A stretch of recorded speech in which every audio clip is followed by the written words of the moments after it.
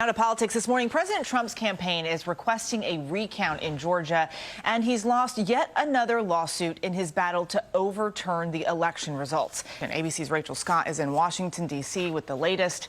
Good morning to you, Rachel. Eva, good morning. Yeah, at least 17 of those cases have been tossed out or withdrawn. But still, President Trump is doubling down on a post-election fight that is not only failing in court, but stalling a smooth transfer of power. And now a small but growing number of Republicans are saying it's time for President Trump to face reality. Overnight, another setback in the president's desperate fight to overturn the results of the 2020 election. In Pennsylvania, a federal judge smacking down the Trump campaign's lawsuit in a scathing 37-page rebuke, writing the claims were haphazardly stitched together like Frankenstein's monster, adding the president's lawyers presented strained legal arguments without merit. Senator Toomey. And after that defeat, Republican Senator Pat Toomey releasing this statement, saying President Trump has exhausted all plausible legal options, calling on him to accept the outcome of the election and facilitate the presidential transition process. But even with his losses stacking up, the president is not giving in. His legal team officially filing for a recount in Georgia just 24 hours after the Republican Secretary of State certified Joe Biden's victory. In the state's audit, election workers tallied every vote by hand. And in Michigan, yet another attempt.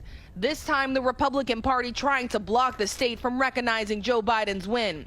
In a letter, the RNC chairwoman Ronna McDaniel and the state's GOP chair urging the board to delay certifying the results, calling for a full audit.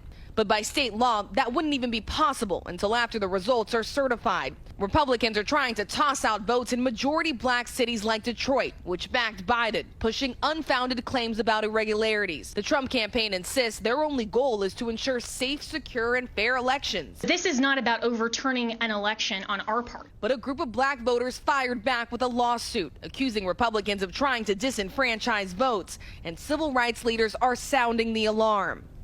Black and brown voters in Michigan already face too many barriers at the ballot box, and these antics threatened to disenfranchise these voters yet again. That cannot happen. The president, running out of legal options, took to Twitter, pleading with state legislators to have the courage to overturn the results. But GOP leaders in Michigan who met with the president on Friday said they have not yet been made aware of any information that would change the outcome of the election. And this weekend, President Trump attended the virtual G20 summit, but appeared to skip a side event on the pandemic. This as a third U.S. senator has possibly tested positive for the virus this week.